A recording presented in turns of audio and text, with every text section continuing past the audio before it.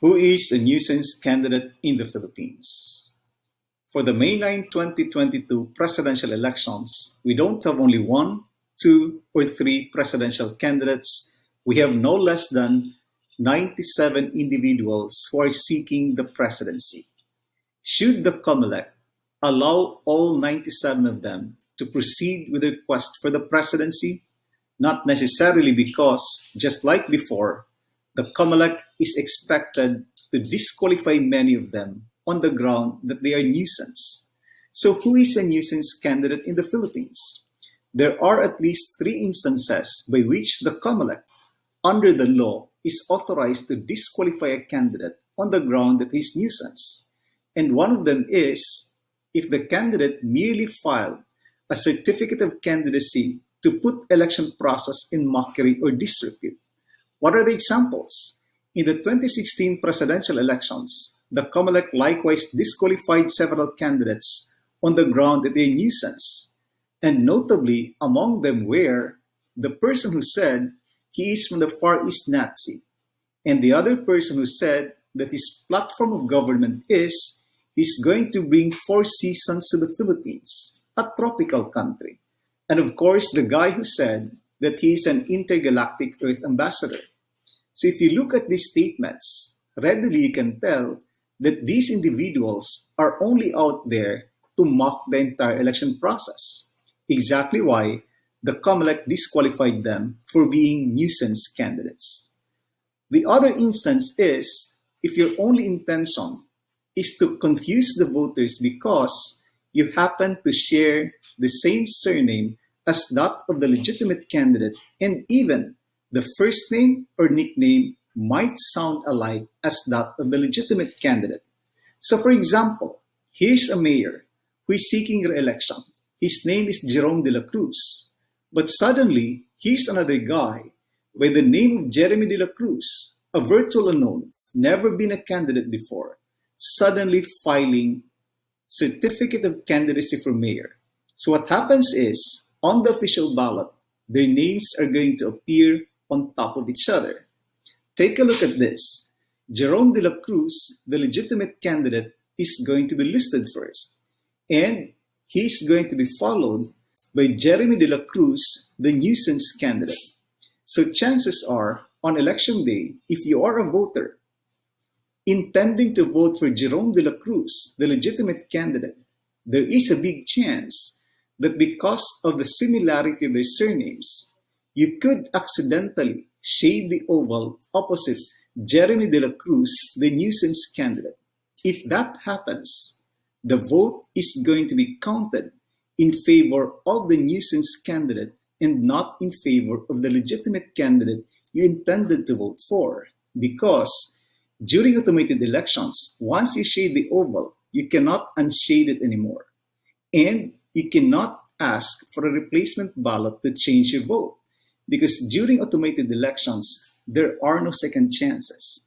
Once you shade, you cannot anymore unshade. So, your vote is going to be strayed, or better yet, it is going to be counted in favor of the candidate you did not intend to vote for.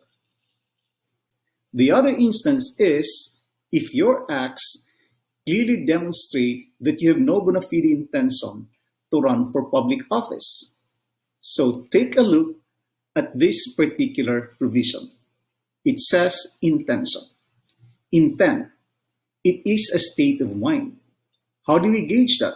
We can only gauge that by the concrete outward actions or probably by the statements of the candidates. Exactly why those candidates who said that they're going to bring 4 seasons to the Philippines, that they are an intergalactic Earth ambassador, they were disqualified on the ground that these pronouncements do not make sense at all, that they're only there to mock the entire election process.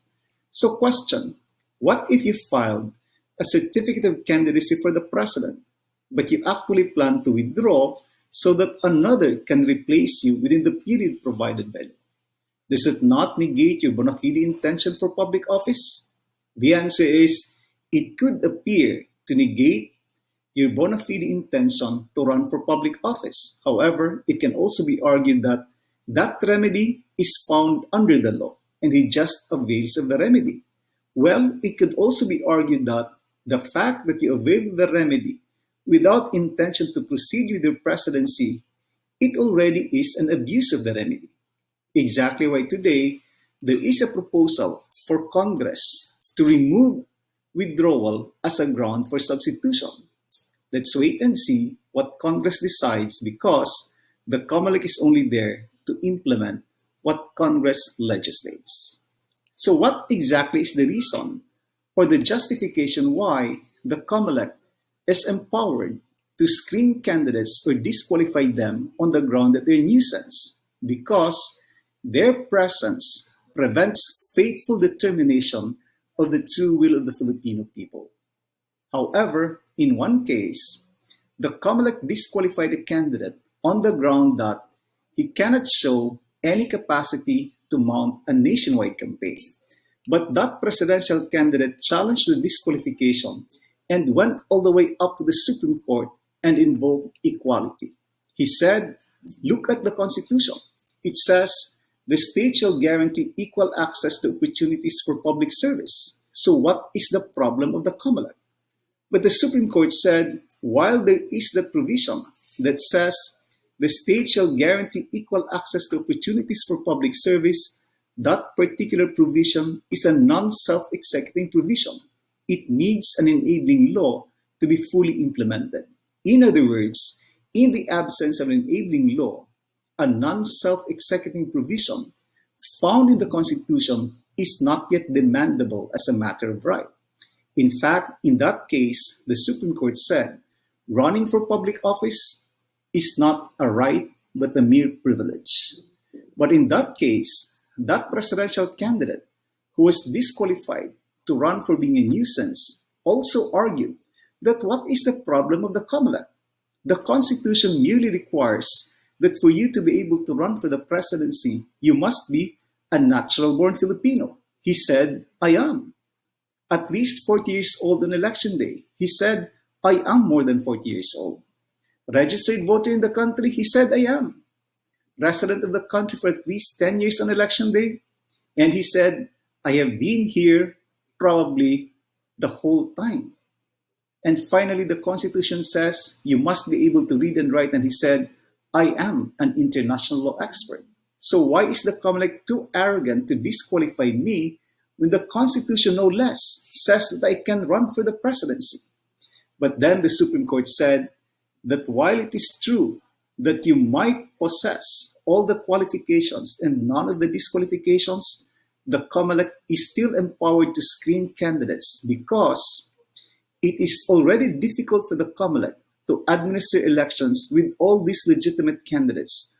How much more if we add to them these people with no bona fide intention to run for public office? It will only result in logistical nightmare, and that could not have been the intention of the law. For example, if the COMELEC is not empowered to screen candidates on the ground that they're nuisance candidates, and just because they comply with the minimum requirements under the Constitution or the law, are we saying then that we can allow just anybody else to file a certificate of candidacy for public office? What if there are 1,000 presidential candidates, 1,000 vice presidential candidates? Remember, in automated elections, we print the names of the candidates on the official ballots. If we allow probably 5,000 candidates for different positions, just imagine how long your official ballot is going to be. And again, it will result in logistical nightmare. So now, when the COMELEC says that you have no capacity to mount a nationwide campaign, does it not appear that the COMELEC is trying to tell you to show them the money? Not necessarily, because even if you're poor, you can still be allowed to run for the presidency if you are backed up by a duly registered political party with machinery, logistics, resources, and probably a national network of volunteers. In other words, when the COMELEC says you have no capacity to mount a nationwide campaign, it is only telling you two words. And these words are reality check. No way in the world can you win the presidency. Look at history. There have been a lot of candidates, very prominent personalities, billionaires, senators, could not even win the presidency. Jovito Salonga, for example, many consider the best president this country never had, could not win the presidency. Raul Roco, an outstanding senator, could not win the presidency. And Miriam Defensor Santiago, very popular, very intellectual, could not win the presidency twice in her lifetime. How much more these people whose only claim to the presidency is to bring four seasons to the country, who claim that they are an intergalactic Earth ambassador. Exactly why, when the COMELEC says you have no capacity to mount a nationwide campaign, it is only telling us or telling you that there's no way in the world you can be anywhere near the winning circle. Reality check. No way in the world can you win the presidency. So, for the May 9, 2022 elections, there are at least 97 presidential aspirants. My fearless forecast is the COMELEC is going to disqualify many of them on the ground of being nuisance, and it's going to retain not more than 10 presidential candidates. Remember, an informed electorate is indispensable in a democracy. But before you go, please listen to the following disclaimer. I expressed my views and opinions in my personal and professorial capacity. They do not in any way represent the views, opinions, and policies of the COMELEC, where he works as Regional Election Attorney of Region 7. Assumptions made in any analysis do not reflect the position of the COMELEC. That he is employed by the COMELEC does not mean it endorses this channel or its contents. The COMELEC does not represent or warrant the accuracy, applicability, and completeness of the contents and instructions. The COMELEC likewise disclaims any liability to any party from any damage arising from direct or indirect use of the statements and instructions made by him. The contents are for informational and educational purposes only. Thank you.